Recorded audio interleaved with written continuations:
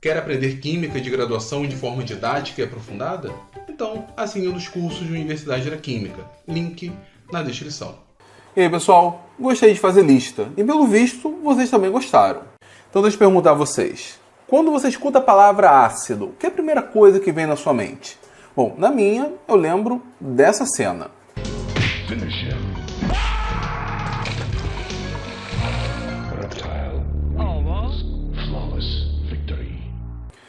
Eu sou velho o suficiente para ter jogado Mortal Kombat 2, inclusive no lançamento. Mas essa lista é voltada para os vários conceitos de ácidos e bases que nós temos e eu acredito que muitos deles vocês não conhecem. Então, vamos lá? Primeiro, o conceito de ácido e base de Liebig. Ele é do século XIX, 1776. Para ele, ácido seria um óxido de nitrogênio, fósforo ou enxofre. Por exemplo, nós temos o SO3 ou o N2O5. E o que seria uma base?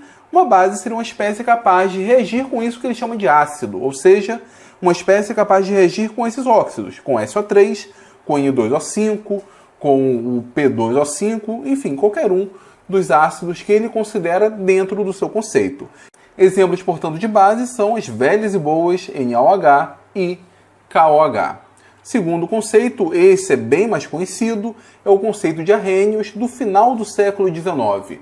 Embora Arrhenius tenha trabalhado essencialmente com o conceito de dissociação eletrolítica, nós consideramos que o conceito mais básico, o conceito mais fundamental de ácido e base é de sua autoria. Isso é como se fosse uma interpretação do seu trabalho. Para ele, ácidos são espécies que formam H3 ou mais. Então, obrigatoriamente, nós precisamos de uma espécie que tenha hidrogênio, como HCl ou H2SO4, e o solvente tem que ser a água, uma restrição dentro do que nós chamamos de conceito de Arrhenius. Por outro lado, o que nós chamamos de bases são espécies que formam OH-.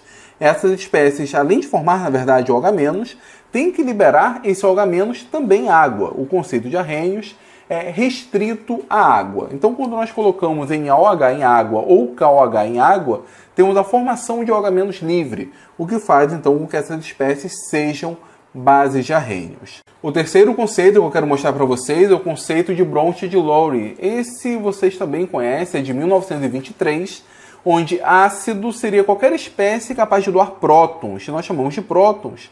Na verdade, o H+, o hidrogênio sem um elétron. O HCl, por exemplo, o H2SO4, ao reagirem com água, além de terem ácido de Arrhenius, também são ácidos de Bronsted-Lowry.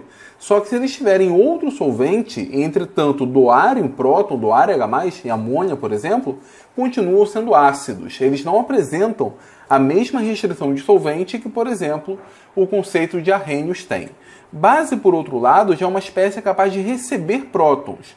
Nós temos, nesse caso, como exemplos, NH3 e OH-. Na verdade, qualquer OH-, portanto qualquer hidróxido, pode atuar como uma base de Bronsted porque em água ela acaba retirando prótons da própria água. E quando nós trabalhamos com ácidos e bases de Bronsted-Lowry, sempre teremos uma reação entre um ácido e uma base. Por exemplo, vamos pegar aqui o HCl, colocar para reagir com NH3. O resultado aqui vai ser NH4+, mais Cl-. O HCl está agindo como ácido, porque ele está doando um próton. O NH3 está agindo como uma base, porque está recebendo próton. Então, sempre teremos a reação entre um ácido e uma base, uma espécie que doa próton e a outra que recebe. Se considerarmos, por exemplo, que essa reação pode ocorrer no sentido oposto, é pouco provável nesse caso, mas imaginamos que poderia, nós teríamos, nesse caso, o NH4+, agindo agora como um ácido, por isso que falamos que ele é o ácido conjugado da base, e o Cl- agindo como a base, portanto o Cl- é a base conjugada do ácido HCl. No mesmo ano, 1923, nós temos o conceito de Lewis. O conceito de Lewis já foca na estrutura eletrônica, na parte eletrônica.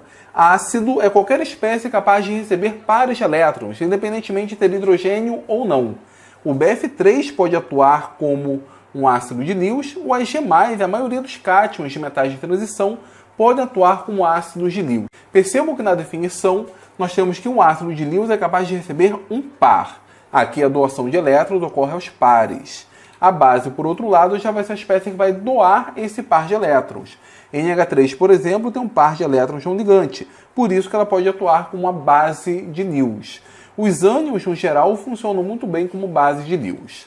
O quinto conceito, e já vai um pouco além do que vocês já estão acostumados, é o conceito de Ingold-Hobson, de 1932. Vocês conhecem esse conceito, porém não como ácido e base. Para eles, ácidos são espécies aceptoras de pares de elétrons, igual ao conceito de Lewis, só que eles dão o nome, nesse caso, de eletrófilo. Eletrófilo é um conceito muito comum na química orgânica, inclusive causa uma certa confusão. Então, o eletrófilo é um ácido de acordo com o conceito de Ingold-Hobson, uma espécie capaz de receber um par de elétrons. Um grande representante dos eletrófilos ou dos ácidos são os carbocátions. As bases, por outro lado, são espécies capazes de doar pares de elétrons, igual uma base de Lewis. Só que dentro do conceito de Ingold-Hobson, essas bases são chamadas de nucleófilos. Aqui nós temos um alceno. O alceno tem uma ligação π. Essa ligação π nós devemos considerar como sendo uma região rica em elétrons, portanto, pode doar essa densidade eletrônica para uma espécie deficiente. A ligação π de alceno, então, funciona como um nucleófilo. Vocês muito provavelmente conhecem esses nomes, mas não como ácidos e bases. O sexto conceito é o que nós chamamos de conceito de Lux-Fluid. Esse eu acho que nem todos conhecem. Ele é de 1939. Nesse conceito, ácido é toda espécie capaz de receber íons óxidos. Então nós temos o CO2 e nós temos o SO3 e os óxidos ácidos no geral, os anidridos, atuando como ácidos de acordo com o conceito de Lux-Fluid. Por outro lado, as bases seriam espécies capazes de doar íons óxidos, os óxidos básicos, por exemplo, os óxidos metálicos, o óxido de cálcio ou óxido de sódio seriam exemplos disso. Como é que funciona? Imagine a reação do CaO com o CO2. O produto, nesse caso, é o CaCO3. Aqui nós temos a formação do ânion carbonato. O que seria o ânion carbonato? O ânion carbonato seria o CO2 juntando-se com o ânion óxido, o O2-. Juntando aqui nós temos o CO3 2-. Então é como se o CaO estivesse doando um óxido, portanto é uma base de Lux-Fluid. Por outro lado, o CO2 está recebendo esse óxido, é um ácido de Lux-Fluid. O sétimo conceito é o conceito de Usanovich. O conceito de Usanovich, embora você não conheça por nome, é uma extensão do conceito de reação redox, só que aplicada à química ácido e base. Para ele, ácido é uma espécie receptora de elétrons, não importa a quantidade. Então, na prática, qualquer agente oxidante, qualquer espécie, portanto, que irá reduzir, que irá receber elétrons, é um ácido de acordo com o conceito de Usanovich. Então, por exemplo, o Cl2, que pode formar o Cl-, o permanganato, que pode formar vários compostos de manganês com NOx menor, porque está recebendo elétrons, são ácidos de acordo com o conceito de Usanovich. Por outro lado, uma base será uma espécie doadora de elétrons, não importa a quantidade de elétrons, não está restrita a um par. Portanto, qualquer agente redutor é uma base de Usanovich. Por exemplo, metais alcalinos, eles doam elétrons com muita facilidade, então seriam bases de Usanovich. O peróxido, dependendo como ele reage, ele pode atuar tanto como ácido quanto como a base. O oitavo conceito, esse vocês talvez já conheçam, é o chamado sistema solvente. Ele data da década de 50. O que é o sistema solvente? Dentro desse conceito, ácido é qualquer espécie capaz de gerar o cátion do solvente. Então, se o solvente for água, e se nós gerarmos, por exemplo, H3 ou mais, significa que aquela espécie com que a água está reagindo, na verdade é um ácido, porque foi capaz de gerar o cátion do solvente, foi capaz de gerar o cátion da água. O cátion da água seria o H3 ou mais. Se o solvente for amônia, e a espécie for capaz de gerar o íon amônio, NH4+, essa espécie também será um ácido. Aqui a gente consegue formar o H3 ou mais ou NH4+, com a doação de prótons. Mas se o solvente, por exemplo, for o BRF3, e nós tivermos a formação do BRF2, nós temos então uma espécie ácida, está gerando o ácido do solvente. A base, por outro lado, será uma espécie capaz de gerar o ânion do solvente. O ânion da água é o OH-. O ânion da amônia é o NH2-, o amideto. O ânion do BrF3 seria o BrF4-. Então, qualquer espécie capaz de gerar o ânion do solvente seria uma base de acordo com o conceito de sistema solvente.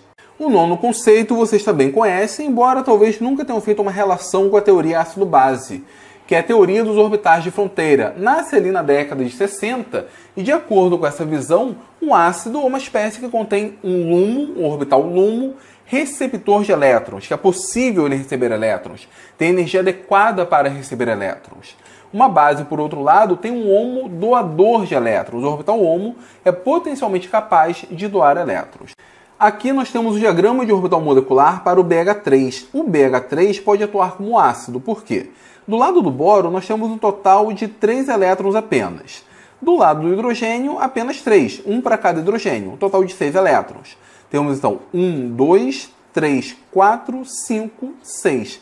Esse orbital não ligante, que atua como LUMO, ele é capaz de receber um par de elétrons. Então, essa discussão do ponto de vista da teoria do orbital molecular, do porquê que o BH3 pode atuar como ácido. É diferente, por exemplo, da teoria de Lewis, que analisa simplesmente a capacidade de receber ou não um par de elétrons, mas estão completamente de acordo. Por outro lado, aqui nós temos o diagrama para amônia, para o NH3. Aqui do lado do nitrogênio nós temos 2 elétrons no orbital S e 1 elétron em cada orbital P. E do lado do hidrogênio, 1 elétron para cada hidrogênio, totalizando 8. Então nós temos 1, 2, 3, 4, 5, 6, 7, 8 elétrons. Percebam que aqui nós temos um HOMO. O HOMO tem energia baixa o suficiente a ponto de doar essa densidade eletrônica, se for o caso. Então, nós temos a amônia podendo atuar como uma base, de acordo com a discussão, nesse caso, dos orbitais de fronteira. A mesma conclusão que a gente tem quando falamos no conceito de Lewis. E o 10º conceito, ele foge um pouco à regra, vocês devem conhecer, é o conceito de Pearson. Ele é de 1958, então está fora da cronologia.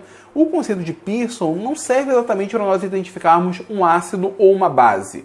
É sobretudo para nós justificarmos um determinado caminho de reação. Inclusive aqui na Universidade da Química tem uma aula bem completa sobre ácidos e bases de Pearson. De acordo com esse conceito, a princípio ácidos seriam cátions ou então moléculas deficientes de elétrons. Bases, por outro lado, seriam ânions, em sua maioria, ou então moléculas com pares de elétrons não ligantes. Mas o que importa mesmo no conceito de Pearson é identificar se o ácido é mole ou duro, ou se uma base é mole ou dura. Porque assim uma reação de um ácido duro com uma base dura seria mais favorecida, assim como uma reação entre um ácido mole e uma base mole seria mais favorecida. Bom, pessoal, são esses então os 10 conceitos que eu queria mostrar para vocês. Provavelmente vocês conheciam alguns, outros não. Vocês podem até não concordar com alguns desses conceitos, mas eu não tirei da minha cabeça. Eu tirei desse livro aqui, do livro Química Inorgânica do Militar, um livro que eu gosto bastante e que eu recomendo que você tenha na sua biblioteca. Eu vou deixar aqui embaixo o link caso você queira adquirir esse livro pela Amazon. E se você quiser aprender um pouco mais sobre a química dos ácidos e base, eu discuto com bastante profundidade esse tema, inclusive citando alguns desses exemplos, com foco na teoria dos orbitais de fronteira, por exemplo, no meu curso de Química Inorgânica. Caso queira assinar, eu vou deixar o link também aqui embaixo, tá ok? Deixe aqui nos comentários, digam se vocês já conheciam esses conceitos ou não, se conheciam todos. Eu vou ficar muito feliz mesmo de ler o comentário de vocês. Então, se gostaram do vídeo, por favor, compartilhe, dê o seu like, se inscreva na Universidade da Química e ative também as notificações. Muito obrigado e até a próxima.